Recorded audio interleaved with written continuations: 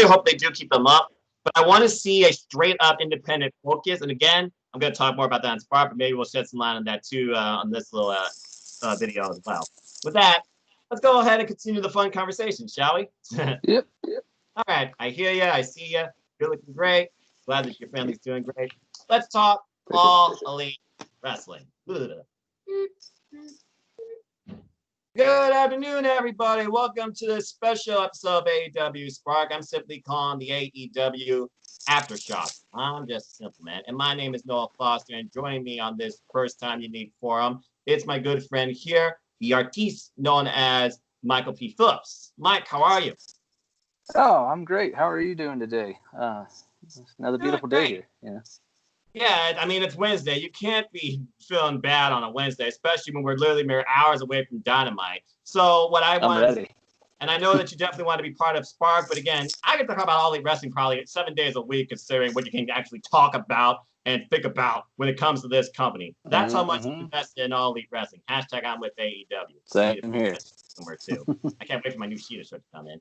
But that being said, this forum is simple, folks. It's not as long as Spark, not as detailed. But we're basically going to talk about the rankings. We're going to talk about this man's perspective on tonight's Dynamite, that we know it. And then he's going to go free-form into whatever he wishes to discuss. And we hope that this also will be driven by you, the fans, with your own input, questions, and suggestive topics. With that being said, let's go ahead and start simply with this, because I know you have all this in your mind. You saw Double or Nothing the same as me. You saw the conversation, despite such difficulties, that the Bearded Genius and Pineapple Pete's cousin last night that we had. And we even had a best friends moment, virtual hug, giving the people what they want. I don't know if I'll do that again, okay? Y'all want that more? Who knows? Maybe. With that being said, Mark, I just want to get your thoughts on some of your biggest takeaways, your favorite moments, per se. I mean, if you want to go into a top 5, please be happy to. What was your overall takeaway from this year's Double or Nothing pay-per-view? Well, I thought it was hands down probably one of their best pay-per-views. I thought from top to bottom the card was really stacked, and I think the way they stacked the card was really awesome and really smart. Like we didn't lose energy throughout the show, and it was just 3 hours of a lot of fun. And you know, like I've watched it 2 or 3 times now, and I could go back and watch it again, honestly, because like that.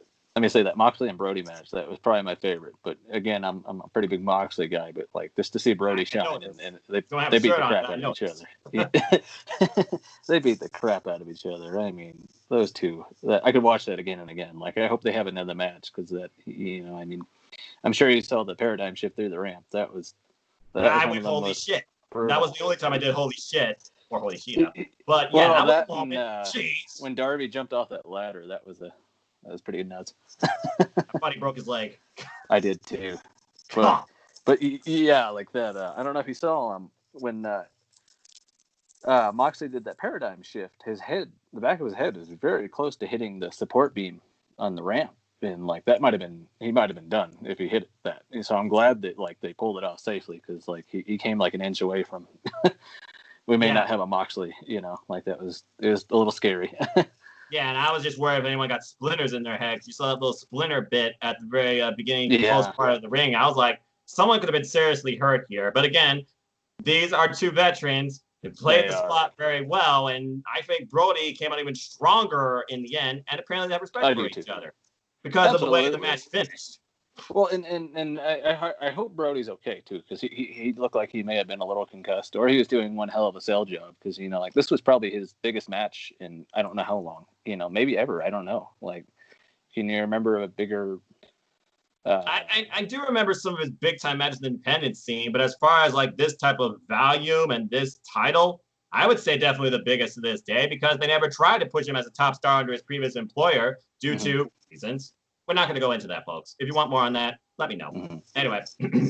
And yeah, John Moxley, he retained by putting the Exalted One to sleep. Ref, stop it. And Brody Lee's body gave out on him. Kind of gave me shades of Bret Hart and Stone Cold's match, where Stone Cold passed in that submission. Like I said, folks, I'm a lifelong wrestling fan. Simple as that. And the blood was I thought a nice it protected touch. Brody Lee in the end, and that was a very compelling match. So what else what was some of your other like big match moments? Like what did you think of both women's matches and the technical wrestling match between MJF and Jungle Boy? Oh, okay. Let's see here. We'll start with Statlander and Ford. You know, like I thought they put on a good match on very short notice. You know, like it was nothing, you know, like spectacular, but I thought they showed what they could do, and you know, like they made the most of their opportunity. I thought, you know, I think they both have really bright futures. You know, like it's hard not to look at Penelope Ford, you know, like and Statlander, and you know, like, that's it. And then the other match between Shida and Nyla Rose, you know, I really had no idea who was going to win that, and I'm really happy for Shida. And you want to talk about a physical match? They beat the crap out of each other too. You know, like I don't think I've ever heard Nyla scream like that. That was that was surprising to me. What a swing by Shida! Jeez. Yeah, she can swing that stick. But I was really happy for her, especially after, you know, everything going on with the recent suicide in wrestling and stuff. And I know Shida and it was Hannah, right, that were very close. Anna Kimura, correct. Yeah, and so I was really happy to see Shida win that, and she was, yeah, you tell she's pretty emotional at the end too, you know. So like, but she came in all serious, no smile, and she came out emotional and overjoyed, and she absolutely deserved it. And this was Nyla Rose's best match to date, and the best women's championship match, in my opinion, to date in their short under a year history. I couldn't be happier for Shida, though. That was they built Shida up too, you know, like they built her up before going into this match. Like she, look at her streak, you know? But they still had Nyla being the dominant force because she got the best of Shida in both their previous encounters, which I might add were under tag match stipulations. This is their first singles match, and I certainly believe it won't be the last. I had actually forgotten about that, but yeah, that's that's a good point. They had them fight twice or three times, and you know, like that's. A lot of these feuds, I think, are going to circle back around like that. You know, like with Brody and Mox, you're going to see it again at some point. Oh, they're going to be like a different vibe, but it won't be Control C, Control V, where it's just pointless filler. They're going to have a different type of feel to them and a different type of story build, and who knows, maybe a different type of character. I guess we just have to wait and see. Now, go ahead and give me your thoughts on two of the highest, youngest rising stars that look like they've been in the business for years beyond their youth. What was your thoughts on MJF versus Jungle Boy? Because that was an amazing technical wrestling match. That was good. It surprised me how good it was. I mean, it does and it doesn't. You know, I'm not surprised. These guys are really good, and they're, you know, like they're just really young. But I mean, like they're going in there and killing it. You know, like I don't think there's a better heel in the business than MJF. And 5 years? Are you kidding me? And they're both in their and they're both under 25 years old. Yeah, and you know, like. I thought they had a good match. Again, it was another physical match. I know that's a common theme, but the whole pay-per-view is physical. Well, each match, and each match had its own vibe. Like, I like how you said Ford and Chris, they did what they could within the time allotted. There were a couple of spots, I think, that were a little messy, where one kind of carried the other. I thought the way that Chris sold the Hurricane Rana, trying to stand her feet and just literally flops. That was brilliant. I think the best flopper right now in wrestling is MJF, though, when it came to those moves, and they just fell into the cover. And then natural, just amateur wrestling kind of came into play towards the finish, where he caught him with European clutch, grabbing his arm. I love that. And he did it by himself. No Wardlow, no 42K punch. So it builds value to him as a wrestler, despite the fact we still hate him because of his character. Oh, and he did that great flop on the outside too. After he took that Hurricane Rana on the Poison Rana, I thought Jungle Boy killed him. Well, kudos to Jungle Boy though too. Let me say that was the best match I've seen Jungle Boy have, and he beat the crap out of MJF too. Yeah, he showed a lot of heart. I say that today. Literally, he did. Jungle cry at one point, as it was a story of one man fighting with one arm and one man's back getting the best of them. Multiple times they tried to go for grappling maneuvers and they couldn't hold it, whether it was submission or pin rolls. Great sequences too. Story. You know, like they had a smooth match. Let me say that. Like they had a very smooth, technical, physical match, and like it was. I was impressed. You know, like. All right. Okay, so let's go ahead and talk about the biggest impact of the night, the ladder match, and the mystery person. Again, we all had our speculations, but clearly, I follow wrestling. It had to come eventually. It made sense. Now, the whole idea of him and Taz, though, that's still up in the air. But give me some of your takeaways from that casino ladder match. The humor, the brutality, the risk, as you point out, Darby Allin, but also the winner. And apparently the latest member of All Elite Wrestling for the long time. Well, when I predicted the mystery participant, I didn't think it would be Cage because I could not envision him in a ladder match. Now, after watching the match, I get it. Like I see how they hold the story, but I just could not envision him in a ladder match. But, he dominated, like the match was awesome. Like I knew it was going to be because like the last ladder match at All Out was really good. And I just thought, man, there's going to be too much chaos and too many personalities in this match for it not to hit a home run. And, I love Janela's promo at the beginning. Like it really got me into it, and then Kip Sabian's promo with, Havoc in the blood and stuff. And just little things like that, they go a long ways, especially for building a big match like that. And the humor was great too, like with Orange Cassidy. Like I laughed so much with that. It was just still laughing. I'm like, really? It was funny. Yeah, it was well done and it was funny. And, like the guy can go. So it's, like that was great. And he took that crazy bump from Janela, that running DVD or off the apron onto a fiberglass giant chip, as they cage, as Tony put it. Well, Kate was under there, by the way, as literally was like she literally was the Terminator, unstoppable until literally a force he couldn't overcome got the better of him temporarily, and then he rose and destroyed everybody as Taz set his target to be Darby Allin. So well, and let me say though that Cage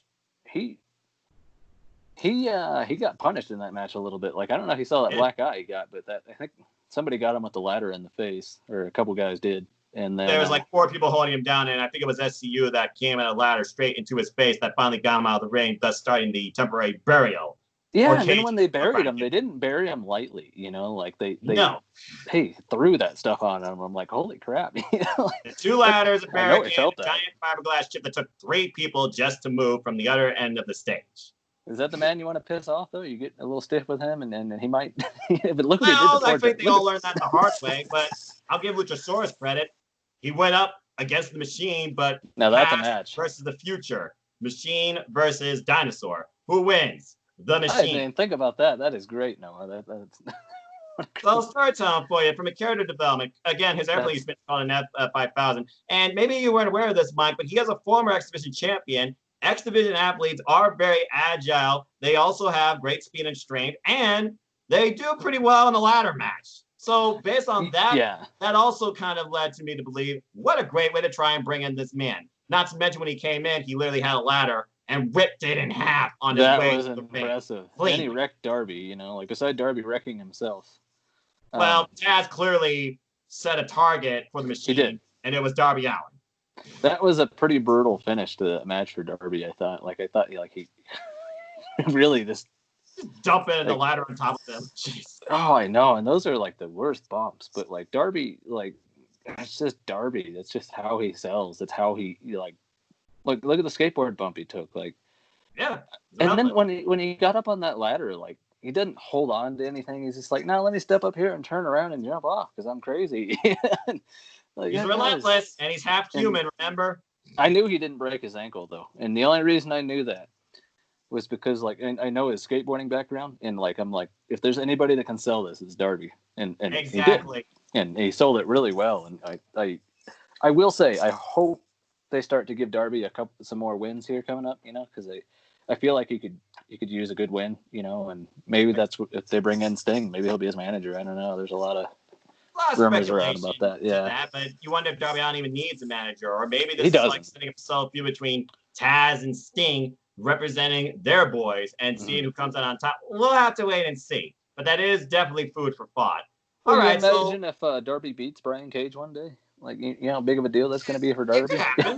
He's beaten bigger people before. I've seen it firsthand, and Darby Allin is relentless, so he won't stop until he can't go no more. So there's a lot of potential right now between Brian Cage and Darby Allin feuding. We'll have to wait and see. But of course, for now, Brian Cage, his future is set, as he's going to face Jon Moxley for the AEW World Championship at Fyter Fest. Sorry again to you fans out there in Jelly O, London, and the UK, because due to the coronavirus, F it, by the way, support wrestling, though.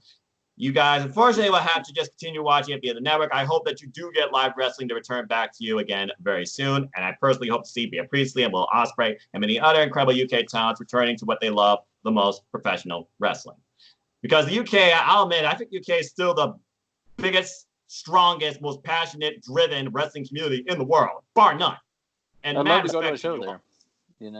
I would love to go there one day. Personally, I would love to see a freaking Progress show or Rev Pro or heck, even NXT UK live. Yeah, I'd go see Walter. I'd love to see Walter. That's. I would love to see a Walter match. I should have saw that back in WXW. Sorry, Jen. And maybe next time if I ever go to Canada. That man can chop like nobody else. God, I'm surprised that Jack Starr is still breathing. Anyway. Who was it on? Somebody on. And I'm drawing a blank here, but it was somebody I think on Dark that was laying in some serious chops. And it could have been Double or Nothing. It was Cabana. That's who it was. Yeah. Okay. Yeah. Okay. So before we conclude with your thoughts on Double or Nothing, I think there's still a couple of matches we have yet to highlight. So let's go ahead and break it down. We have both the Rose Brothers in action. I don't think you have much to say on Sean Spears' match though. And we had the first ever. I'm just saying, it was still on the card. We had the first ever TNT champion, and we had the first ever Stadium Stampede. Now, both these matches were very different stories. Both made incredible history. Both offered you a real investment in how you think it will play out. And then one gives you more moments of humor than you'll probably will never forget, especially if you're a football fan. And I'm not a football fan. I'm just going to tell you that right now, wrestling community. I'm a Jags fan, so it was great for me. I saw that. I was like, you probably love that match the most just because it was literally the Jacksonville Jaguars with cheerleaders, with a band, with the mascot, with inflatable mascots, with everything representing the Jacksonville Jaguars and more. And then, of course, we had the David vs. Goliath match beforehand for the TNT Championship with Cody and Lance Archer, as you like to discuss. So I think all that's left is I'm going to see if you can actually do this. Give me your top 5 moments from the Stadium Stampede match. Let's start with number 1. Let me go backwards with this. Let's see. Okay, go for it. I don't care. Number 1's it's got to be the finish for me because that was you can't take that one to Wing Angel and not be the number 1 in my mind at least.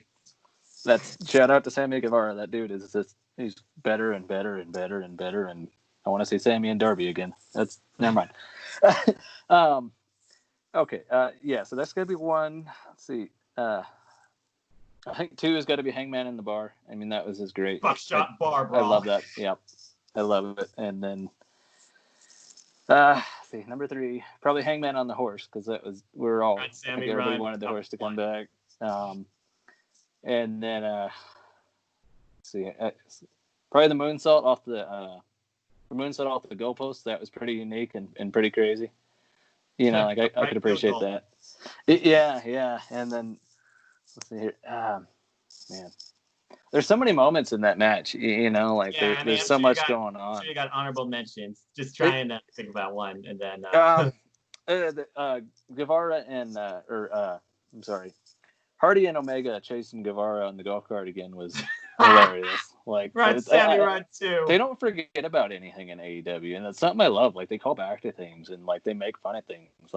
There was so many references that I missed in that match that there's musical references, there's football references, there's this very subtle things that Jericho did or Omega or Hardy or you can go on about Jericho for days, just his personality and things he does, and it's great. But those are my moments. But you can name many, many more. That match was something else.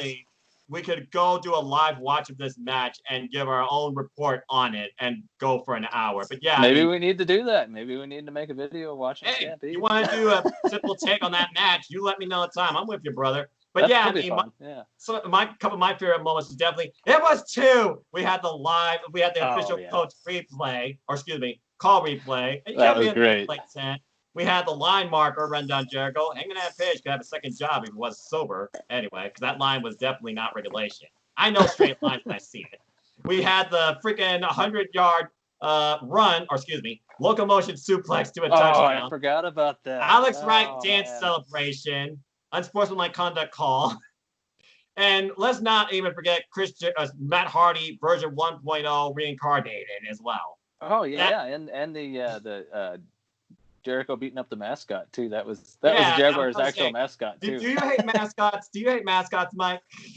I don't hate them. I don't particularly love them, but you know, like our mascot is our mascot for our team. So like, I'm like, I'm going to support him, you know, but like it was very surreal to see, like, you know, I'm a very passionate AEW fan. I love AEW and I love my Jaguars. Like, you know, like I've been a fan of the Jags since I was a kid. Wow. So like to see the two worlds mesh together and just to know that Tony Khan owns AEW, who is also partial owner of the Jaguars. It's so surreal to me. Like, wow, two of my favorite things in the world just came together. And like, so like there was watching that Stadium Stampede match really had a little extra meaning to me. Cause like, hey, they're wrestling out of my team's stadium and like the logos are everywhere. Like, this is so cool, you know, like what are the odds? Yeah. I mean, imagine if that place was full. It literally was bridging the gap between sports and professional wrestling because people don't consider professional wrestling a sport. I think you're foolish. And literally, I think this is what Omega's been trying to do when he says change the world, even though his tweet after this said, that was fun, as I saw on his Instagram. And yeah, I agree. That was 100% fun. I can't get enough of it. And I'm probably going to rewatch it again tomorrow. Just that match. If nothing else, those two moments, Aubrey and Jericho. You're a shitty referee. It was two. That was great. Locomotion, touchdown, celebration. Well, now those are my biggest two favorite moments of the match, bar none. And then, of course, cheerleaders cheering on Sammy, and Sammy crashes and burns. Again, like you said, music, sports, wrestling, nostalgia. It was all there in this match. And that was over enough. I think I thought I saw on one of the post-media scrum for AEW, I thought they hinted towards the Stadium Stampede being an annual thing. So I did that too, and I hope which I'm fine with. I think it's going to be fun. It's going to be different every year. I don't think it's same stadium, but I think they're going to do way different things. You know? They're going to be like different aspects. They're going to have more people, and who knows what sort of feuds are going to set up. Because let's also think about this, because they're big Marvel persons too. The opening was like something out of freaking Civil War, where you had two sides colliding with each other eventually at the 50-yard line after they were coming from opposing 20-yard lines. Again, a lot of different references here that brought pretty much anyone together. If you only liked one moment or one thing about this match or connected only one thing, it had to bring in the attention to the world. So kudos to AEW. They could do one with the Dark Order. That'd be interesting, you know? It would be. Let's see if I can do my Brody Lee eyes, you know? Like. Yeah. I mean, you know what? You might be saying the next feud that the Dark Order versus an AEW team. Only time will tell. Anyway, so just real quick, if you were to grade Double or Nothing, what would your final grade be? I personally gave it an A because it was nearly a perfect show. But again, there were some moments in wrestling where the wrestlers kind of had to carry the action to keep the story going. And again, a lot of these people, not even 5 years yet in professional wrestling, but everybody truly brought it, and it felt like a real organic pay-per-view. Audience, set, pyro, everything included. It was like they didn't cut anything from the budget at all, nor performance value. You know, I would have to. I'd give it an A. You know, like for 3 hours or 2.5, whatever. On Bleacher Report, my app always changes. Okay, yeah. On Bleacher Report, it's saying it's like 2 hours, and I'm like, that's not right. No, I'm pretty sure they're just talking about part of the show. Yeah. And you know, I'd give it an A. For 3 hours, I had a lot of fun. I was entertained. I didn't think about anything else. I just watched wrestling and I loved it, you know, like, and I can't ask for anything else, you know, like, I mean, they entertained me. They, you know, like, you got a little bit of everything in that pay-per-view, and that was cool, you know, and you know, they're gonna have a hard time topping it. I'm sure they will top it, but we'll see what's coming next, because again, All Out, that is their big grand show, as someone once pointed out on Twitter. What's like AEW's big show? NJPW's got Wrestle Kingdom, and then they're bringing out Wrestle Dynasty next year. WWE, they got WrestleMania. What's AEW's big show? I think just from that video vignette and the fact it started with All In and then they went All Out, it's got to be All Out. So I can only imagine what they're going to have planned in September. But before that, we know we got at least Fyter Fest, and it would not surprise me with everything happening with the world and the community. We're going to have some sort of fight for the fallen, representing and giving donations and respect out to those first call responders. And again, I thank you all.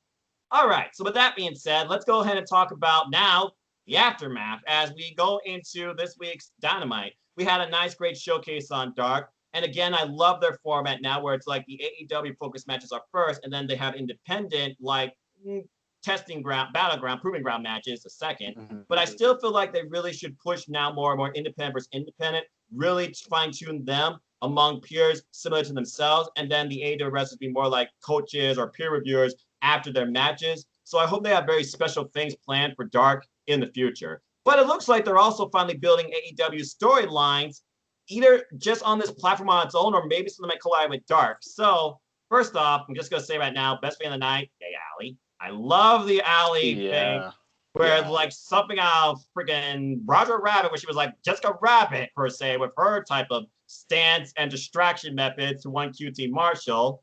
And then we have, of course, the independent showings of all these newcomers and new talents as well. So give me your thoughts real quick on what you saw on Dark as far as independent stars that may have debuted or impressed you. And what do you think's going on with these two stories? The Bunny's plan and the, well, let's just say it, journey for a win. Because, again, the other story going on here, and I think it's the longest running story on Dark, Peter Avalon, Brandon Cutler. Who gets the W first and who will not be known in their own minds as AEW's worst wrestler? Give me your thoughts on Dark. Oh man, I really love the couple stories they got going here. With Avalon and Brandon Cutler, you know, they've been doing that whole thing through BTE as well as Dark, and you know, like on BTE, it's like really, like Avalon is like just really an asshole to Cutler all the time. And Leva has personally responded to my tweet saying that she's not amused by Peter Avalon's shenanigans and insults at all. I believe Shout out to Bates, by the way. Awesome person. Yeah, it's always nice when they, you know, anytime they give you that moment and they share that with you, that's something very cool. Like, you know, like Jericho gave me my moment in time one time, and that was really cool, you know. That's cool. Just being able to meet him and stuff, but I digress. I really like that feud, and I'm very curious where it goes. You know, like I think they're going to have a match at some point, and I think I just, maybe I'm a little bit of an AEW homer, I don't know, but I think AEW has done a really good job for two guys that are winless, because now I'm very compelled to see who wins. I hope they put this on at Fyter Fest. I honestly hope they have a match at Fyter Fest, and I hope they kill it, because like you now want that to conclude at Fyter Fest? Yes, I think they've been running that for as long as they have now, and I just feel like you got to give them their moment, you know. And how do you, what a way to make two winless guys, you know, feel like they're gonna be something and make them into something. Because remember, Jungle Boy was like 0-10 at one point or something like. Yes, he was, and people are like, "What the hell, AEW?" And now look at him; he's still got a bit of a mixed record, but he's killing it. Oh yeah, and they've been putting. I saw they've been putting like the 2020 record only on a lot of times, and which is kind of smart, they have. What they do is they reset the stats of a year, but they show the yearly record, and they're overall still since being part of the company. Just in case you're wondering, but the focus, of course, is yearly. So yeah, and let's also keep this in mind, like you say that too. Do you think this was Peter Avalon's best match to date? It looked like to me he brought something very different to this bout with Jungle Boy. And maybe it was just from Brandon Cutler's words, or maybe the fact he is fearful that he might not get the W first. I was impressed with Avalon, you know, like very technical wrestler, you know, like I like his in-ring psychology. I do think he's a good heel, you know, he's annoying. Annoys the crap out of me, you know, like and you know, so I thought that was probably his best match, and I think Cutler also had a really good match with Nakazawa, you know, like and man, he threw poor Nakazawa around quite a bit. He let his emotions get the better of him though, and I still call foul play. The ref is wrong. He crossed the ropes. Whatever, it is what it is. They protected him with that, you know, like that was their way of protecting him, and you know, like I do think it's going to lead to these two winless guys meeting at Fyter Fest, and somebody's going to win, you know, and I think you might even get a heel Cutler, and I'm starting to wonder if maybe Cutler goes into the Dark Order, because like I think he's going to leave the box. I mean, he'll always do their cameraman. Extremely interesting. And I just think they got big plans for these guys. I really do. I know, like, a lot of people just look at the record and they're like, you know, but I think everything means something in AEW. I don't think they do anything randomly. You know, like Tony Khan that dude is one smart dude. He's a genius. You know? I'm just going to say right now, real genius. With the amount that he's put in and the amount he's planned for and the amount he's done and everything he stands for and what he tries to bring as far as a message and image to this company. And you do bring up a very interesting idea on how to set up potentially Dark Order, who were number one for the longest, but have not been in action. So now best friends are number one. The Dark Order versus Young Bucks. You might be setting up something there, Mike. It could be fun. Interesting point. It could be a lot of fun. I hadn't even thought about them doing a tag with the Bucks, but that would be something too. Like, I don't know who his tag partner would be, but I think 10 maybe, you know. But a lot of these guys that people think aren't really doing something right now, like. I think they will be doing something later, but you know, somebody's got to win matches, and somebody's got to be on top, and somebody's got to be on bottom. It's just too hard to, you know, like, and you can't have 50-50 booking. You can, and I don't envy Tony Khan trying to book all this because, like, I think it sounds fun and it is fun, but I think you run into a lot of different dilemmas and there's going to be things that he books now that down the road he's like, shit, this isn't working, you know, like, but you can't always foresee things, you know, like it's just, but I think he's doing a phenomenal job, you know, and I'm very confident that, like, even these guys that are on the bottom, I think they are going to, like, really rise up to where, you know, like, it's still AEW, it's Jacksonville, you know. Yeah, no, I just had to represent the logo. Okay, so give me your thoughts, though, on Dark's presentation. Because, again, you know, AEW is talking about the second show. Clearly, it seems like they want to do it with Dark, but they also want to turn Dark basically into, well, an NXT. And, again, folks, I watch both.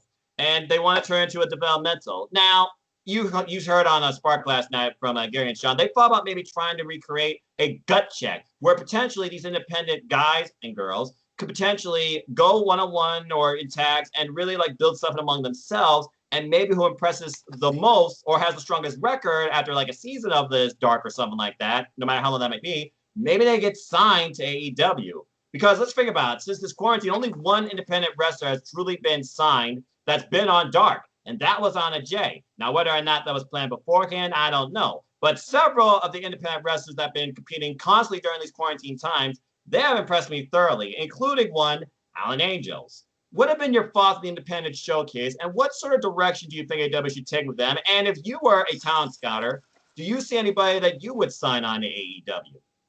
Well, let me say this. I had understood this whole Dark situation a little differently. The impression I was given was that AEW was using independent talent on Dark because of the pandemic. You know, they're trying to give these guys work because they're out of work. So that was the impression I got. And then I know there was a mention a while back of wanting to put Dark on TV. And I think if they go that route, I feel like it would still be less developmental, but I think it would be more just another really good show, you know. But there may be a little more developmental in there. But I feel like they would treat it as a big deal, you know. Like I don't think it's going to be... I don't think it's going to come across as developmental, if that makes any sense. A different identity. That's what I mean. And again, I feel like it's a big push toward the independent wrestling scene. And a lot of these young men and women that have not even wrestled for 2 years, if that, this is probably their biggest professional wrestling bouts to date. Lee Johnson, Colt Cabana, they faced each other now, I think, like twice, and Taz has been put over. He's 0-7. Why should I care? Why should I believe in this guy? But again, that's just Taz. He's a former gut check judge, too. Keep that in mind, folks. And by the way, if you follow the Jeff Meacham Network, Talk Wrestling, Jeff's got a very interesting story about you and about Taz. So stay tuned for that. And feel free to ask about that. But yeah, and I just think about, you know, all this independent talent. Why not try some independent versus independent type matches? Because you got more than enough. Like maybe like as one like match or a couple matches on these super stacked Darks that have been 10 or 11 matches now. And I'm just really curious how this format is going to continue or change as the world eventually, I'm sure, will recover. So that's just my thoughts. And again, a lot of debuts on this episode too. Yeah, as we have one from Ohio. Shout out to Kylan King. I thought she did rather pretty well. There was a tag team debut, and I think a couple of others too. And then, of course, the frequent ones, Sean Dean, Alan Angels, Lee Johnson, that I've become very familiar with now. We had our second showing of Fabu, which I still think is the most weird dude that they've been using. And I don't know what they're planning to do with him unless he's Dalton Castle 2.0 eventually. Tony Donati did not fit with that tag team at all. I'm just saying that for the record, okay? Anyway. Come on, you know it's real the monarch of butterflies. Like, what? The dude is one tough little bastard, though. Let me give you that. He took a lot of punishment. He took a lot of punishment. Yeah, one weird little dude, but yeah, that's all right. Let me. Can I ask you a question about Taz? Yeah. What?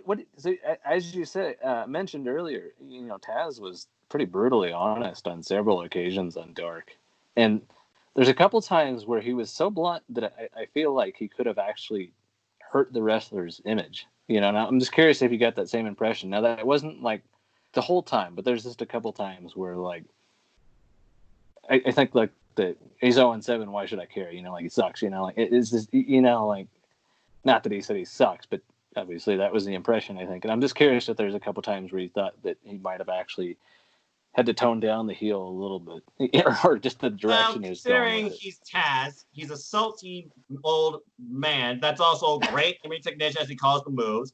And he also is this type of color / political commentary. Excalibur and Taz are kind of like one and the same. It's not like one really leads the other. Excalibur more leads the play-by-play just because he never shuts up. That's just hashtag. He does a great job. He made me laugh so hard a couple times during Dark. Yeah, they got great chemistry. Taz and Excalibur both got each other a couple times pretty good. And I'm pretty sure at one point, Taz may want to challenge Tony Schiavone to a match calling out his wife. He did. And you know what? Like, I wonder if I'm sorry, lost my train of thought. Right. There you go. Keep yourself together. Yeah, gotta get some coffee. That's what it is. I got actual Mountain Dew, so I'm good. I didn't like Excalibur at first, and he's made me like him over time, and that's like that's awesome. Because I'm starting to really love him and Taz together. I mean, I love heel Taz. I was just thinking maybe he'd been a little blunt at times, like just where it may hurt a reputation a little bit. Like, I just think he's got to be careful about that. But that's just me, Well, I mean, they're not scripted. They are literally just saying what's on their mind. So who knows? He might be literally trying to just push these guys to be better. Because he also has a little bit of subtleties against some wrestlers within AEW, besides Darby Allin, as we talked about with Colt Cabana. So it's hard to say, but based on the way you take commentary, it might be a little more blunt than usual than you think, especially if it's towards the same person. So it just really makes you wonder how much he might be believing in this guy and wants to see something more. And again, some of these guys, Lee Johnson in particular, Sean Dean, they're trying, they just can't pull it together. And they've wrestled more than probably most of the people on this independent thing.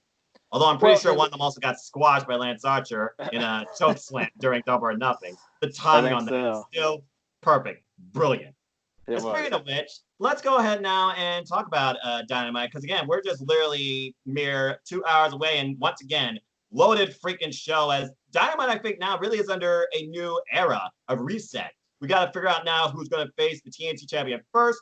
What is next for the women's division, now under the reign of Hikaru Shida? What's Britt Baker's update? And we're getting some interesting tag matches, which might be promoting some internal tag rivalry or potential new tag teams, and maybe they're going to focus on a trios type picture. Tease the things to come, because trios records, they do matter.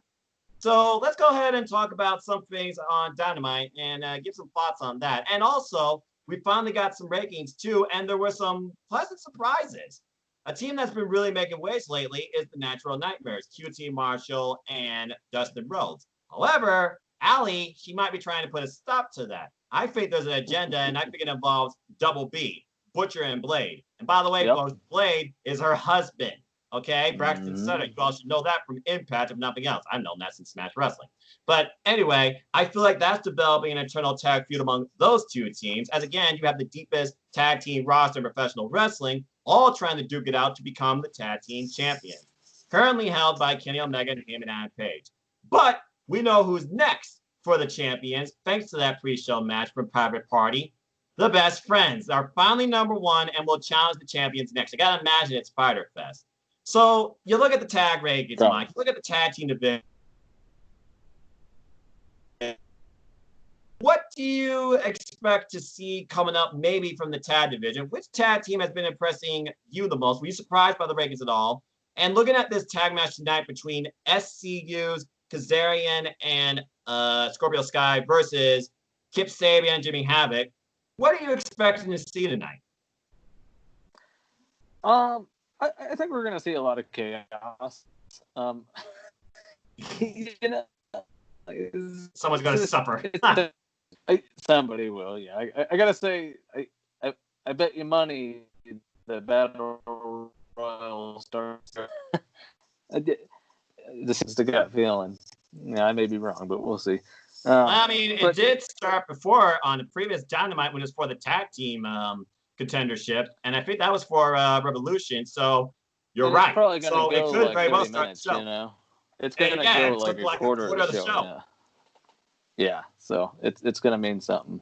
Yeah, it's the as far as the rankings, you know, like I think it's going to set up for a lot of good matches. You know, like I still think we're going to see the Dark Order return at some point to wrestle for the tag titles too. You know, I figure they still got to be setting up something between Omega and Page because I don't think they're going to stay champions much longer. But they could. Really?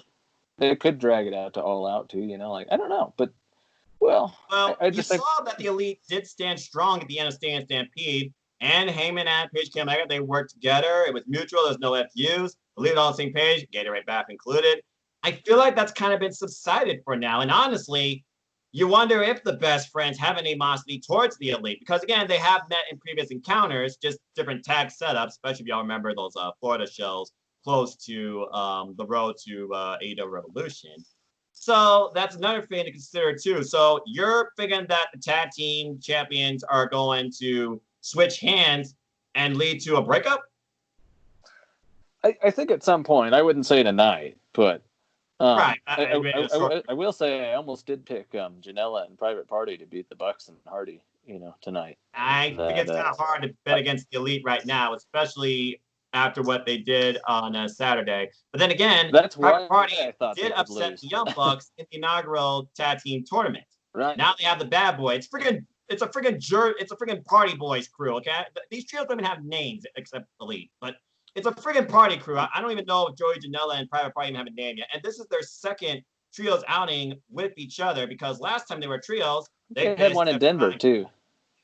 And lost, yeah. I think they had one in Denver too. Yeah, when I was at the live show in Denver, and I think they teamed up at one point because they had a confrontation with the Death Triangle.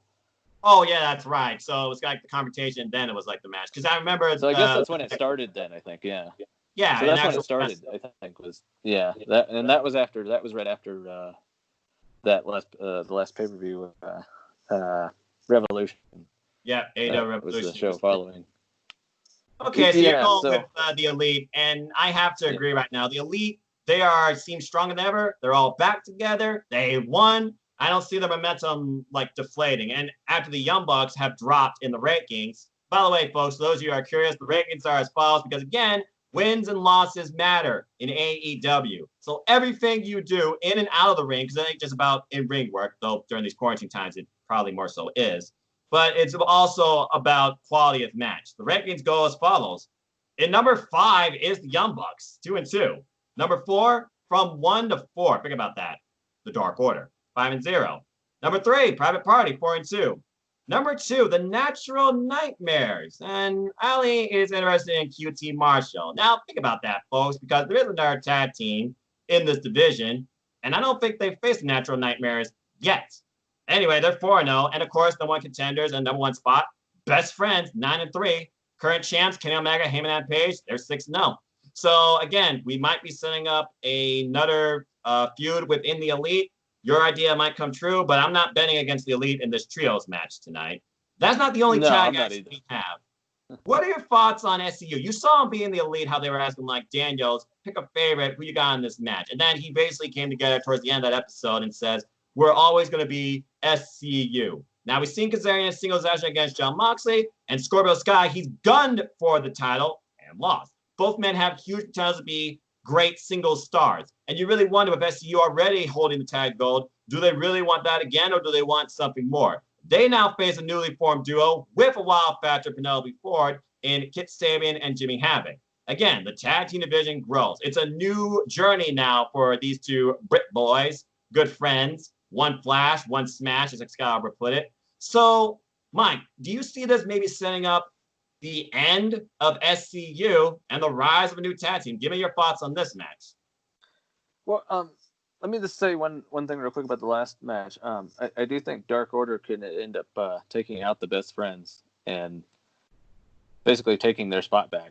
You know, because like they're gonna want to be put over strong after. I think with Brody losing, I just think them being put over strong is where you go. I can't wait for Brody's promo after this on how my loss is an example to all of you. For I make people extraordinary. I made Jon Moxley extraordinary. Because remember what he said prior to the pay-per-view, Jon Moxley, I have so much to offer you. I think he offered more than enough of his body and his blood to Jon Moxley in that championship match. I could watch that match. Be honest, man, that was man, Brody getting sent over into that barricade, like feet first, that hurt, you know, like that. Yeah, I hope he's okay. I wouldn't be surprised if he's not on Dynamite tonight, but we'll see, you know. Yeah, I mean, he looked pretty dazed. Put it, tough son of a bitch after kicking out a Paradigm Shift, not once, but twice. Well, really 3 times. I mean, he went through the ramp once. Sure, but he wasn't capitalized on pinfall till way afterwards, and he even tried to just get his clothesline and then an actual Paradigm Shift for a follow-up fall. And maybe that was on instinct, but he kicked out 1 on that. So that just tells you the nasty of Mr. Brody Lee. Great, they did a great job with him. They really did. Like better than Archer, I will say. I think they could have done more for Archer. But well, we'll talk more about that in a moment. But you said you had something to think about with Best Friends. I don't think even are in action on Dynamite, so I don't even know if they're going to show. No. I was just saying at some point. I think longer, longer. Okay. Yeah. But maybe what are your in the thoughts? Next couple weeks. What are your thoughts on SCU separating? Do you see this maybe being the match where we finally see some breakdown within the unit? I think it's a possibility. Yeah. You know, like I was thinking that. Kip and Havoc actually might beat SCU. I mean, they've been on fire lately, and you know that'd be a big win for Kip and Havoc. You know, right? Because they seem like they're going to stay a tag team, and they seem to work well together. You know, like and they're also friends, it seems. And Ford, she has been a factor. And so far, independent talent tag teams they have beaten. The only loss they have is to the Best Friends. Right. So, yeah, I love how everything interlinks in AEW. Like, there's a lot of different branching storylines, but a lot of them connect in different ways, and like it's very dynamic, and I can really appreciate like the thought behind it, you know, because it takes a lot of thought, I think, but it's also not that hard. I don't think it's constant talking, long-term thinking. A lot of goes into this one episode they do live every week, and then they just go off and do their own things. I mean, if you listen to AEW Unrestricted, Britt Baker, you are insane with your schedule. Mad respect to you. But I guess if you're that driven by your passion, by your dream, by your career, who needs sleep? Who needs a downtime, all right? Because the freaking things that these guys and gals talk about in AEW Restricted when it comes to their journey in wrestling and becoming part of AEW and what they do with AEW and outside of it and their contract setups, that is unbelievable. Simple as that. Yeah, she's amazing, you know. Like well, speaking of which, why don't you give us your thoughts on what you think the good Dr. Britt Baker, DMD, is going to say for us tonight? Because not only is Hikaru Shida, the new AEW Women's Champion, going to be in action, but again, the women's division, gotta see where it's going. Britt Baker is going to provide us an injury update. What do you see coming out of the women's division tonight on AEW Dynamite? Well, I think Britt's going to talk about how unsafe Shida is to work with, because that's what she's done in past promos. Like, she's, you know, like... True. I think she called... drawing blanks tonight on names, but well, she called one of them, like, a piece of shit in one of her promos and just, like, really laid into her about how unsafe she was. You know? It was after, it was B. Priestley. That's who it was. It was B. Priestley. She, like, ripped into B. again, Priestley. Very transparent, though, and it made it good, you know. As she put over Unrestricted, that was the match where she got concussed. Yeah. Really, that was scary. That was... Mad respect to Aubrey Edwards, by the way, for looking out for Britt Baker. Again, folks, listen to AEW Unrestricted. Really, it does show you the values and connects you to the talent and the people in AEW. Anyway, we checked on Britt every hour for 24 hours or something like that, you know, or maybe longer, you know, and yeah, that's a lot of dedication to a friend, you know. Yeah, not co-worker, actual friend, it seems here. Because again, everybody looks out for one another, cares about each other. There's a merit in this big, giant, all-elite family, as Britt Baker says herself, and so many others. Yeah, and I think that's what that's the great part about being a fan of this company, you know, like it's just like you feel like you're a part of it, and we are, you know, and like they make us feel like that though, you know, like they really go out of their way to like give us everything they got and treat the fans right, and you know, like it doesn't feel corporate. Like I love that it doesn't feel corporate. And it takes our opinions and it grows off of that. I mean, again, my friend Cindy, shout out to Cindy Darling, please follow her folks at Cindy's Young Squirrel, okay? She really felt connected, and prior to having she's been in the quarantine times at that AEW Heels thing last week, where she was able to connect with fans just like her. And I think that's a beautiful thing. AEW bringing the world together, changing the world of wrestling the way that we see it for us. I love it. I do. So your favorite Bear is going to come out, call somebody unsafe, and then just go on her way after insulting the audience and the champion, pretty much, right? Probably, and I hope that they, I hope she gets like continued vignettes from home and stuff. If she's going to stay home, which you know she probably should stay home. I would imagine she's going to, because you can't work right now in the doctor's office or dentist's office because only emergencies. Right. So I mean, like, I hope she stays home, but I hope she sends in like video packages and vignettes and stuff. That way it keeps her, you know, like give us an update, you know, like, and that'll keep her in people's mind too. That way it's not, unless they want it to be a surprise when she comes back, then, you know, disregard everything I've said. I mean, if we know anything about AEW, the road twos never leave people out. It would not surprise me if every road to Tony Schiavone's just doing something, maybe playing Batman on his PlayStation. Text message from Britt Baker. How you doing? And why are you with this woman? Remember last time on Road to, when Britt Baker and Tony were talking and she hung up, she was basically telling Tony how she feels about Brandy Rhodes. So I have a funny feeling that Britt Baker is not going to remain silent or away from our view or communication in the near future. Probably. And I was thinking maybe she like brings up a protege, since she is a role model. Maybe she brings somebody to go after people that she thinks wronged her, people that believe in what she's, a person that believes what she's saying. So, hey, Anna Jay, that'd be a good one. Yeah, that's what was brought up on a Spark last night, and I was thinking about that. Or maybe somebody will come out and maybe try and insult her because she still might insult the women's division. Remember, prior to all this madness, there was a feud being set between her and Big Swole, and Big Swole is back. So it wouldn't surprise me if they take that direction towards Fyter Fest, if she's clearing time for that. I don't even know when Fyter Fest is going to be. Because again, they said 6 to 8 weeks pretty much. She's going to be not so much competing. I think Fyter Fest is next month. Okay, that's what I thought. Yeah, last year it was late June. July was dedicated to a Fight for the Fallen special. And again, would not surprise me they do that. All right, so let's go ahead. Halloween Havoc this year. You just want that back so badly. Everyone wants the big giant pumpkin. I don't blame you. I don't blame you. But the structure of AEW's pay-per-views, I think, is perfect.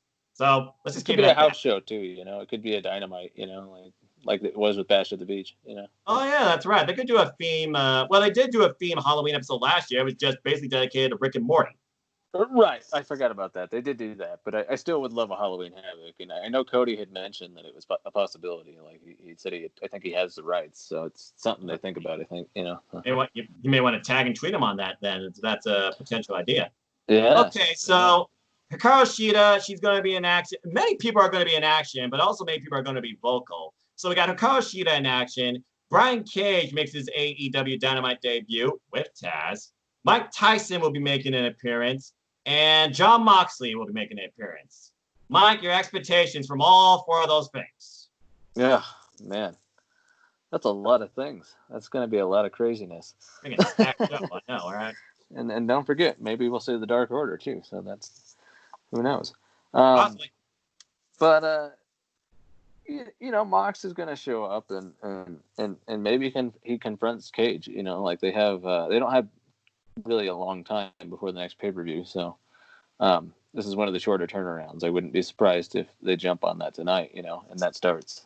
I think Mox will come out and cut a promo, or you know, he'll do something, you know. I mean, yeah, and then let's see, we got that crazy Inner Circle pep rally. Yes, I didn't even touch on that because I was thinking that we're just going to take more time on that. But yeah, give me your thoughts on that. Again, tell me your thoughts about Dynamite tonight. We're just talking AEW. So yeah, Pep Rally, what is going to happen here? Is someone leaving the inner circle? Is this more like an encouragement speech, like the big like epilogue of an epic loss and a rise again, or recreation? What's your thoughts on this? What the heck do you expect from this Pep Rally? I expect Jericho to be Jericho, and like I'm thinking maybe we get a new member in, or maybe they hire another hitman. I don't know. Something to kind of make them feel like they're back on top in their minds in regards to the storyline. Like that they want to be like the alpha stable, like right, or the alpha circle, and so. Maybe we'll see Jeff Cobb return. I really don't know with the inner circle. Like that's what I love about it. Like I have no idea what we're gonna get from them. Like. And maybe Jericho will get rid of a member like Floyd the Bat. Maybe blame the Bat for the disappointment. Maybe he'll blame like Proud and Powerful because they weren't there for most of the match. Get a vicious Maybe one of them has to like leave. Loser leaves inner circle. Like they'll face each other one-on-one. Maybe he'll add a new tag team in place of them. People keep talking about when is the revival, the revolt's going to be involved in AEW because it does seem imminent, FTR. So you do bring up an interesting idea there. I obviously, Hikaru Shida, I see her winning her matches. Again, this is a reset of the women's division. But will someone confront her? Because right now, the rankings, she's number one, folks, and the streak continues. The best streak, I might add, of 2020. She is 10-1, and number 2 is Nyla Rose. There's no doubt Nyla Rose wants another piece of Shida, but I think we're going to hold up on that for a while. Number 2 is Chris Statlander, 4-4. Number 3, Britt Baker, 4-4. Number 4, Yuka Sagasaki. I don't understand that. 1-1. And congratulations to her finally, and I can see this being the short-term direction. Number 5, Penelope Ford made it with a record of 3-3. So I wonder if the next setup is going to be, because I still feel like they're going to go with the heel approach. Are we going to get Penelope Ford versus Hikaru Shida? Because right now, ever since Britt Baker faced Hikaru Shida, it's been literally raising her value both in and out of the ring. I mean, she got a number one selling shirt on Pro Wrestling Tees out of her match. She didn't seem too upset about it. Yeah. No, she didn't. Yeah, you break your nose and it's a good thing, huh? I mean, she turned into a freaking Gene Wilder or something like that, or Dr. Jekyll Mr. Hyde type. Oh, yeah. It turned out really good for her, but I'm thinking, man, if we do that, it didn't work for us. Yeah. Well, you would hope. So, do you see anybody confronting Hikaru Shida tonight, or just basically showcase?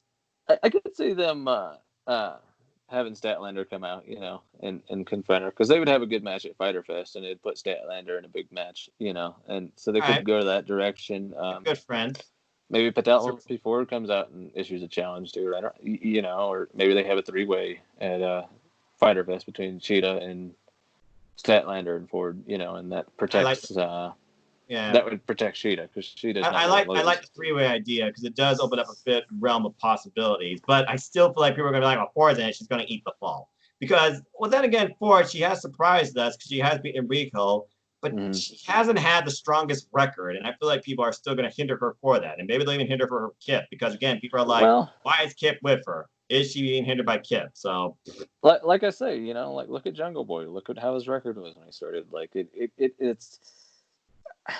I don't know. I'm just not worried. I see why people would be worried, but I'm not. Like I believe like she's gonna rebound at some point, and she's gonna go on like a really big win streak, and then she's gonna get her title shot. Yeah. Or maybe they put her in this match, and if she's in a title match at Fyter Fest, like she's doing really good. Like I mean, and she's in a big match. To give her that spot. So yeah, and even if she loses, still she's on fire. And let me just say too that I wonder if we're gonna get a Rio return at some point, and because she could return and confront Statlander or Shida, and that would be really good. I gotta be honest with you. There's one match in my mind right now that I want, especially after that tweet. I want Hikaru Shida versus Bea Priestley. Oh, I didn't see the tweet. What happened? Congrats, champ, but watch out. I'm watching. Oh, yeah. That'll be interesting. Like maybe they're setting that up for Fyter Fest. That'd be a huge match. They do, but they really need to start pushing Priestley then, like, and getting her on TV. Like if that's what they're gonna do. The flexibility of an AEW contract. You wrestle here once a week when asked to. And then you go out and do your average thing, whether it's like your job or other promotions, etc. That's why Rhea Priestley loves being part of AEW, because it does allow her to still wrestle in Japan. Right. Because again, she is still heavily a Stardom wrestler, and I believe a tag team champion right now at this point. Well, yeah, and I'm all for the idea of like these contracts to give them all the flexibility. I was just saying, like, if that's the direction they're going, where it's going to be B. Priestley versus Shida at Fyter Fest, they really got to get B. Priestley on TV and start pushing her and having her win a couple matches before Fyter Fest, like right, which is what I would expect they would do right now. But yeah. So, but that could be a long-term seed too. You never know. Like, how they do that. Like they'll tweet. Like, look at the Brian Cage thing. Like they was signed back in January, and a lot of people thought, he's not going to go to AEW at this point. And turns out they signed the guy with a torn bicep. And yeah, they're like, just get recovered and come on in here. Does Tony Khan put it? It's like Tony Khan had long-term planning. He's been wanting to do this. He's been wanting to put him with Taz, and look at what he even paid Cage too. I'm pretty sure he paid him like the entire time. Yes, he did. Which is nuts, and it's basically like a real business strategy, but also a long-term investment. Oh, and how much of a if you're Cage, you got to be like, this dude's the best dude ever. He's taking care of me. And also, I feel very good. Full health insurance and medical coverage. So right, and they said don't come back until you're ready. Right, they didn't January. That's a long time to wait. He waited 6 months almost. 3 months technically, because Hard to Kill was at the end of January, February. So yeah, about a 3-month period. Yeah, and look at what he did with his return. Brilliant. Speaking of which, you did subtly touch on the idea of Jon Moxley being confronted by Brian Cage. So maybe the two will intertwine with each other, because I gotta imagine Jon Moxley, he's gonna want to go after the next challenger. He wants to see who will step up to him. Jon Moxley is bringing the A game out of everybody as champion in a whole different way versus Le Champion. So obviously, passing the title to Jon Moxley, Chris Jericho at the right time, I think was the right move. So with that being said, I really wonder if Taz will tell us any more about his connection with the Machine Brian Cage, and will that influence the direction of this match at all? Now, you were just talking about basically a confrontation, but I just want to get your overall opinion on this setup. How do you like the idea of Taz being a manager for Brian Cage? Well, I will say the open on Dark was Taz addressing the Brian Cage thing and saying that he wouldn't talk about his business deals, So I think it's evident that Taz and Cage are Taz has got to be the manager, It's just, I think, the direction it's going, and I like that. I'm Taz. I've always enjoyed his he's good on commentary, and he can cut a good promo. So and he can teach Cage a lot. And Brian Cage, though, big muscle, flexible dude, big powerhouse. Taz, the mouthpiece. It could be a very interesting setup. I can see this working in the long run. Tony Khan clearly saw something of this, because that's what he wanted. But it just makes me wonder, now we're going to get a different side of Taz when it comes to Brian Cage matches per se, where, again, he wanted to avoid this back in TNA, where it's like, I can't talk about just the wrestling. I have to talk about particular wrestlers. So now I wonder if it just gives him more free range, because, again, Tony Khan loves commentary. Be organic, be you, just say this stuff in front of merchandise and this type of stuff. Because again, he's barely in commentary's ear. The only one he's really in the ears of is the referees. And all the referees have their own personality too. So again, it's a different outlook. This isn't TNA. So I'm very curious to what this could bring, but I don't see no hostility tonight between Jon Moxley and Brian Cage. I just see more of a warning. And I feel like Jon Moxley's just going to welcome it, because again, Jon Moxley, he's bloody insane. I don't know. You might be surprised. I don't know. Sometimes Dynamite gets pretty intense pretty quick. If you want to talk about intensity, then let me just bring up one name for you. Iron Mike Tyson. He's making an appearance tonight, Mike. What is your expectations from that? I really think he's going to knock somebody out. I don't know. I could see him. I could see Jericho getting in his face or something, and him knocking out Jericho, because Jericho could take the punch. He took one before. Remember? Down goes Jericho. Yeah, and I could see him doing it again. I think Tyson wouldn't kill him. It wouldn't feel good, but I could see that happening, and that's kind of, I think, maybe the direction it's going, kind of based off what Jericho had said about telling Tony Khan to keep Tyson away from him, So I'm just curious if that's where it goes, or he also may be representing the updated title, because I think the title is going to be updated tonight too. Well, I mean, it already has been updated. I saw a picture of it. I believe they did like a two-tone type of color job with it, with the actual like gold accent. And speaking of which, yeah, I mean, the big thing tonight, and I feel that's got to be the biggest. There's so much here that could steal the show, but Battle Royale closing the show or opening the show, that's the curiosity. And we have no idea who's in it because it's a Battle Royale. Clearly, it's going to be most tag team competitors, and I see internal tag feuds. Again, it might set up more with Natural Nightmares and Butcher and Blade. If all four combatants are involved in this match, I could definitely see Dustin involved in this Battle Royal. Mm-hmm. So I just want to pick your brain and see what are your expectations for this Battle Royal and potentially your winner. Remember, the person that wins this faces Cody for the title next week. I wouldn't be surprised if Darby wins it, if Darby Allin wins, and they do the Cody versus Darby again. I'm picking Darby because I think he needs a big win. The thing is, Darby's been involved in so much big time matches. But I just think he needs a win, though. Like he really needs. Yeah, but Cody's going to use this title to groom or elevate the next up and coming AEW wrestler. Darby Allin is already 10 times over. Period. Right. He's been over ever since Darby Allin and Cody went to a freaking draw back at freaking Fyter Fest. So I honestly don't feel like it's going to be him, but I still feel like it might be somebody from Cody's past. Maybe this leads after the Inner Circle pep rally. And, I don't know. A couple members of the Inner Circle, they declare themselves in it. We get some idea finally of dissension. Mm-hmm. I got to be honest with you because I'm thinking about all the way back to the beginning. I think it's going to be Sammy Guevara. Sammy Guevara faced Cody in the very first ever Dynamite match. They did not meet each other in that TNT tournament. They have history going all the way back to the beginning of Dynamite. And Sammy is definitely one of those that is brash, arrogant, but full of himself. Jericho highly endorses, and I can see him facing Cody for this title next week. So I'm going with, personally, Sammy Guevara. That's a good pick, that he could very well win it, and that would set up another really good match. He's another guy that could probably use the win. Right. But, he's not going to beat Cody, I don't And that's the thing. You have to look beyond the actual result. There's got to be further storytelling here if they're literally doing the first defense of this 2 weeks after it's friggin' won, okay? There's got to be more to the meats of the eye. It's kind of like the Jungle Boy thing, it's like you just got to trust him, I guess, and I do, it's just, I think sometimes when you see these guys take a lot of losses recently, it just, sometimes it feels like it's a bigger issue than it really is, it's easy. Right, and I feel like that's people's first perception of the talent at AEW, besides the fact they're super small, you need more heavyweights, blah, blah, blah. Anyway, rankings, Jon Moxley, still undefeated, 12-0. Cody is 10-1, first ever TNT champion. MJF is number 1, 6-0. Cindy's favorite wrestler. Good Lord, this guy.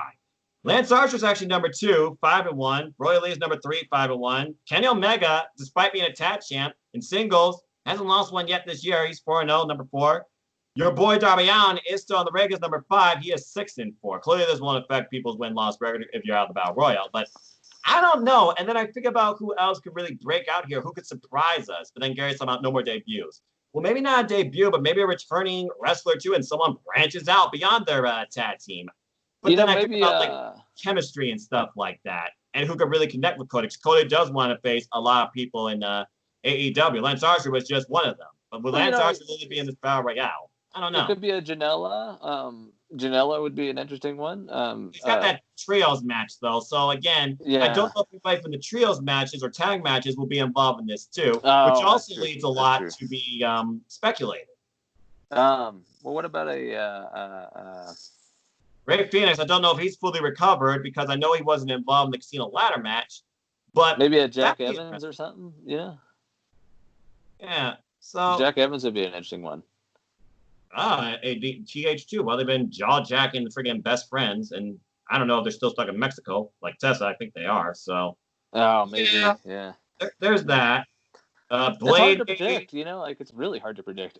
It really is, and that's the thing. There's no like clear-cut idea. Yeah, it's a battle royal, and you might know the talent, but you don't know necessarily who's in it, and you also don't know what other stories within the battle royal we set up too. Again, I still think we're going to get more of Ali, Butcher, and Blade versus Natural Nightmare stuff because I could see. I think so too. I could see QT Marshall and Dustin in this, and then who's going to come out and distract them at one point? Ali, and boom, they're both going to be eliminated from out of nowhere by a random person. Could it be Wardlow? A good match. Yeah. Could it be Wardlow? A good match at Fighter Fest. Because Wardlow faced Cody before and has his only loss on his record to Cody from that steel cage match. There's a lot to think about here. So, I don't know.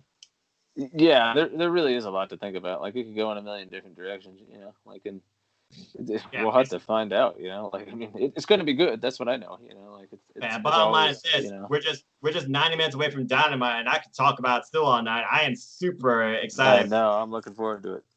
So, Mike, is there any other thoughts you have on AEW, what you've seen so far, what you think might happen tonight, or any other questions, speculations? Spark a conversation, man. What's on your mind? I'm a big Joey Janela fan, so I'm really hoping that he gets a shot at something soon, and kind of gets on a good win streak, I mean, he had a great match with Cody, so there's also and the guy puts on all these like crazy spots and everything, like with the thumbtacks in the feet and diving elbow through the table and it's like I feel like like he's really entertained us all and like I hope they reward him for it, like give him a push and I just really like the character too, like I think he's really invested in that character and that's really who he is too, like I watched the documentary on him and it was called like Please Don't Die Joey Janela, and it was just really good, he's got a good story, and I'm really invested in the character and I'm rooting for him, he's young and like hopefully he has a bright future there, like I think he does. I think a lot of people undersell Joey Janela based on his past, and some people just aren't into his character. Hey, I'm always behind somebody that uses synthwave 80s theme retro type Tron music. And he does it well, like it's not like annoying, like it's. I don't think he's annoying, and I think he's a pretty good wrestler. We've seen him on both fronts. We've seen him at his core in death matches, and we've seen him as a wrestler. He's faced the likes of Kenny Omega. He's faced the likes of Cody in a great opener, by the way. If y'all didn't see that Dynamite a few weeks ago, on the first time at the live after this quarantine madness, finally was a little bit more uplifted, and thank goodness for that. And I can't wait for the organic crowd vibe once again that AEW is sure to bring us tonight.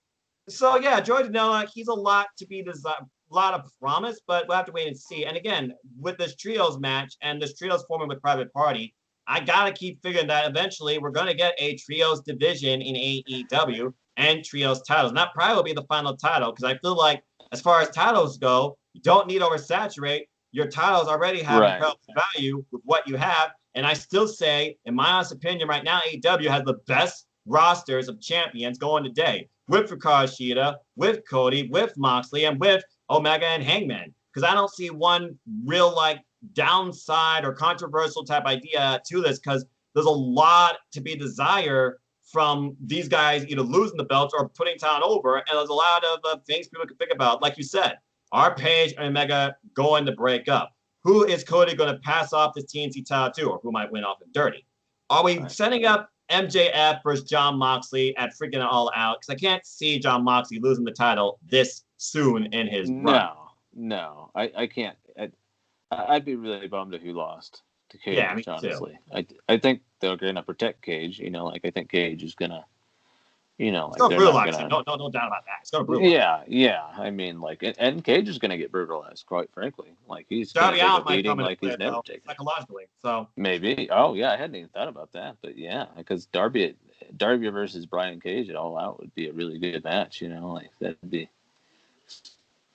That could be their their supercard here. So yeah, maybe no disqualification. I was at last year's All Out, and that was a lot of fun. Like let me say my only gripe though was by the time Hangman versus Jericho came on, I was exhausted. Like I couldn't like, and the crowd was, I think, pretty tired too, and because well, you were there for a they long had to time. follow. Well, yeah, and then they had to follow. That Cody versus Spears match had a lot of build to it, and so that had a lot of emotional investment in it, and then they had to follow that ladder match too between the Bucks and I know everybody was spent after that. Yeah, and then remember they had that Cracker Barrel clash, between Darby and Janela and Havoc, I think it was. Yes. And that was just a nuts match, like. Well, you got 3 reckless death match type wrestlers in a gimmick match. What do you expect? Well, yeah, and the crowd loved it, and I mean, so did I. Quite frankly, like they did some nuts stuff, and it was just a lot of fun. It reminds me of Cactus Jack. Bang bang. I like that. But yeah, I mean, like, so that was a fun show, and that was my only gripe though, is by the very end, the whole like crowd was exhausted, and it's not Jericho or Hangman's fault. It's just like, how do you top the ladder match? Like, you're not going to, right. Like, it's just. That was when I think about also direction of talent in AEW, you do bring up an interesting name, Shawn Spears. What direction do you see him going in following the events of Double or Nothing? Give me your thoughts on the chairman. I kind of wonder if he almost like leaves Tully Blanchard at this point, like, and they go in a different direction with him, like. I just don't know where they're going with him yet. Like, I'm not sure what. Like the underwear thing with Tully was weird, like it was just, like, it didn't really do anything for either one of them, like it was funny. It didn't. It was funny, but it didn't help either one. Comic relief. And my belief probably is that was like Shawn Spears' idea or something, and he just ran with it, and Tony didn't say no. But right. I don't think Tony would force that on anybody, like, why would I just don't see him doing that, like, right. I feel like Shawn Spears is still trying to find his character, but he's becoming more comfortable in what he's doing. Because, again, he's no longer like the perfect 10. He's the chairman, and we don't necessarily know what that fully means or could lead to, because the biggest thing that came out of that catchphrase was a match with Cody, and he lost. Not to mention another match with Cody for chance of the title, and he lost. So, yeah, maybe that's another potential dark horse. Maybe Shawn Spears surprises us in the Battle Royal and actually goes after Cody's TNT championship. Maybe, and let me say, I really do like the little news show he did. Like, I do want to see more of that. I want to see more of that too. I like that. Like, I could get behind what that's going. That's as good as Dr. Britt Baker's dentist office with Rebel. The Rebel. Yeah, and maybe we'll see more of that from Britt too. I don't know. I wouldn't be surprised. She can't go to the office, so I don't know if we necessarily see more of that. Well, I could see her having a lot of stuff at home. I mean, she's got money. She wants to make a little place to do videos. Like, she can do it. Yeah, I suppose there's potential there. I won't give you that. So, as we get ready for Dynamite, which is under 9 minutes away, what do you think will be the biggest surprise to come out of tonight's show? Oh man, that's a tough one. It's up to you to speculate. Yeah. I gotta say, probably whatever Brian Cage does to Moxley. I think it's just gonna be crazy. I really do think he's gonna show up, and there's gonna be some physicality. Because of how close Fyter Fest is. Like, I just think they're gonna start it off. Like, so. I think whatever it is, it's going to be crazy. Yeah. So Brian Cage versus Jon Moxley closes the night in an unbelievable brawl where one man stands tall or both men stand up against each other and one simply maybe pulled away. You got a taste of the machine. Can you stop him, etc.? Okay, that's a solid storytelling. Yeah. I'm going to say... takes a lot of bumps, so we'll see. Yeah, and both men can take bumps. Yeah. I'm going to say the craziest thing that we could see tonight on Dynamite will be the winner of the Battle Royal to challenge Cody for the TNT title will be, I already said Sammy, but that just seems so kind of obvious from history. Like, what's a crazy idea for someone that Cody does not expect? Like, Are we going to get an RW? I really don't hope so. I think that would just be like ridiculous. Blah, blah, blah, blah. And you know what? Budget. I'm just going to go with this. I say the craziest thing we're going to get Mike Tyson challenging Lance Archer to some sort of match at Fyter Fest. Oh, I hope not, but that would be crazy. Yeah. Well, again, it's AEW, and this is Fyter Fest. Remember, the last time we had Fyter Fest, the craziest match that happened was Michael Nakazawa versus the freaking guy leading the game convention. So I'm sure they'll find some weird, wacky thing to entice us. But then again, it might take a serious approach. And Iron Mike Tyson, clearly he's a fan. I feel like AEW is going to use him for something. And maybe not necessarily it will be Lance Archer versus Mike Tyson, but maybe they'll bring in some other ghosts from Mike Tyson's past. And it'll be a brainchild idea from Jake Roberts, who I feel is going to have more to say to Mike Tyson than Lance Archer. Well, and you know what I don't want to happen is like Tyson to knock Archer out, because like I don't think that does anything. That it doesn't do anything for Archer, you know, and he just took the loss to Cody. Yeah. And I still think they could have maybe protected him a little better. It's Crossroads just doesn't strike me as a strong finish anymore. You know, I don't know, like, and it kind of helped that he did 2 of them. It did, yeah, but so many people have been kicking out of it. It's the thing, you know, like it's I think almost every match he has, somebody kicks out of it, you know. Right, but usually after 1. I think Sean Spears literally kicked out of 1, or was it? No, it was Darby Allin that kicked out of 1 Crossroads. You're right, yeah. But again, that evolution of moves and the wrestlers' tenacity itself, a little bit of NJPW vibes as well, because we all know wins and losses matter. Every match has a time limit, and I feel there's potential for a partnership. But I think next time on Aftershock, we'll discuss more about partnerships, surprises, fantasy bookings, especially after what really is a reset for AEW Dynamite, because this episode tonight, it's all new storylines, basically, because now we got to prepare for the road to All Out. Fyter Fest is just a pit stop. It's exciting, you know. It's going to be crazy. It's going to set up a lot of good matches, you know. Like it's. I don't think we're going to get rematches per se, you know. I mean, no. Although I could see like some individual matches, like Hangman versus Hager is something I really want to see now. You know, like so if that's going to be at Fyter Fest, I'd be okay with it.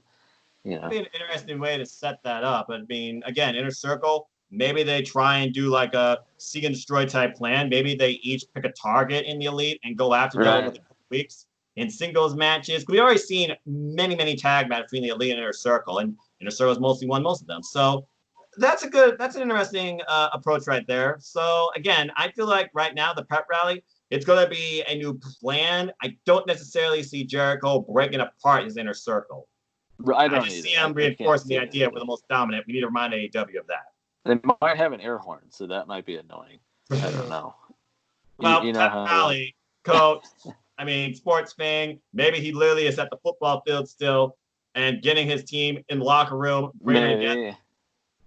Only time that people. Did you hear the people honking at Double or Nothing? Yes. It was funny. I didn't know how to feel about it, but I'm like, well, it is outdoors. I mean, I guess like it's technically, you know, like I love their venue, you know, like I really do. I wish they had made a longer ramp though for Double or Nothing. I feel like they could have made it a little. I mean, the show was great. Don't get me wrong.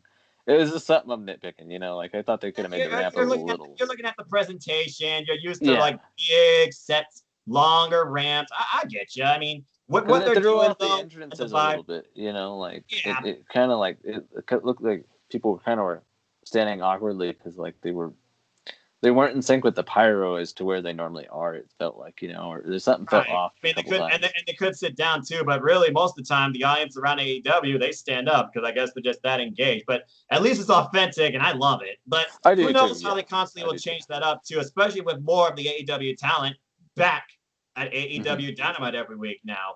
So the possibilities are endless and the outcomes are limitless at this point. We're just going to have to wait and see what happens.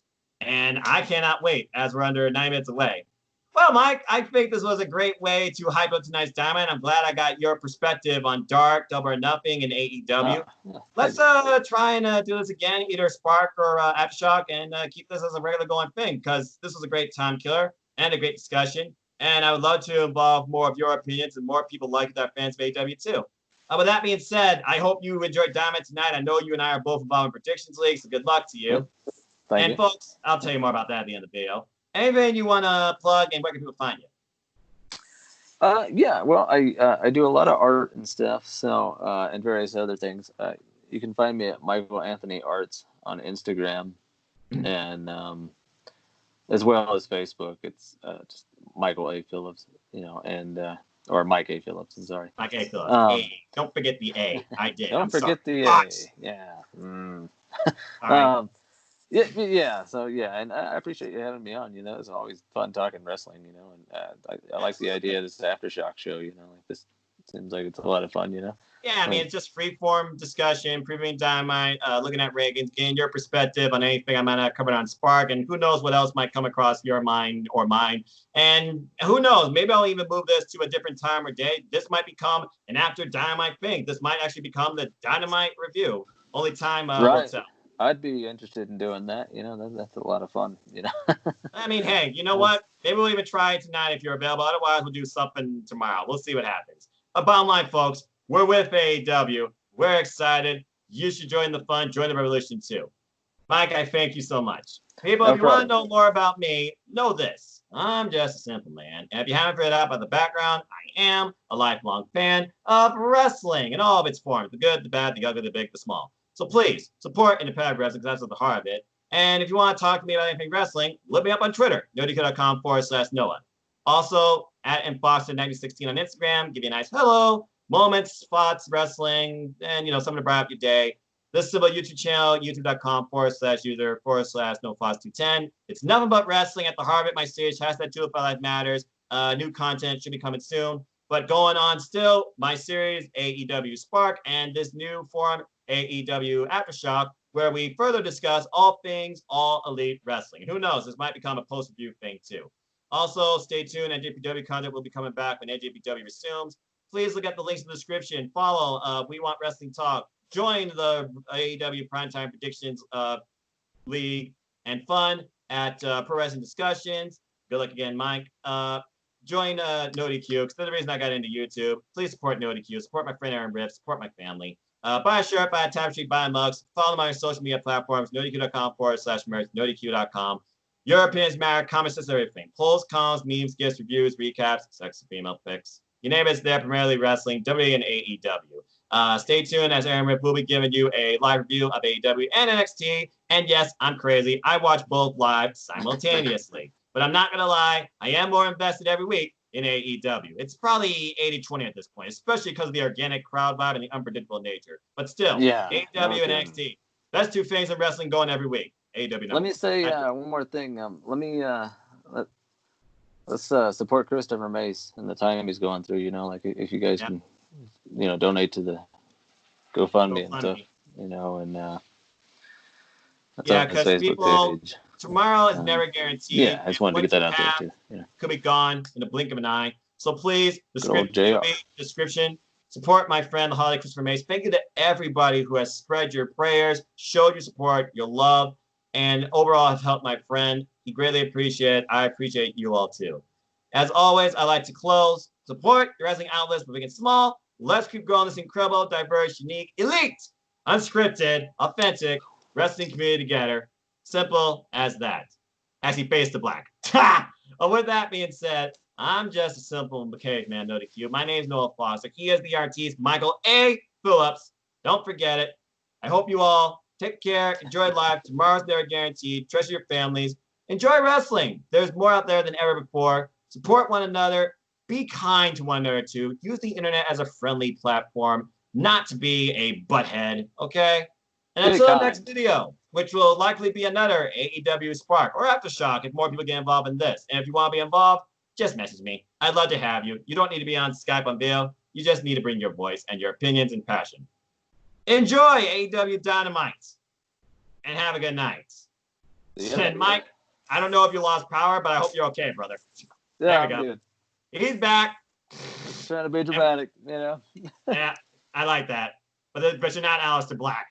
Anyway, we out. Yeah.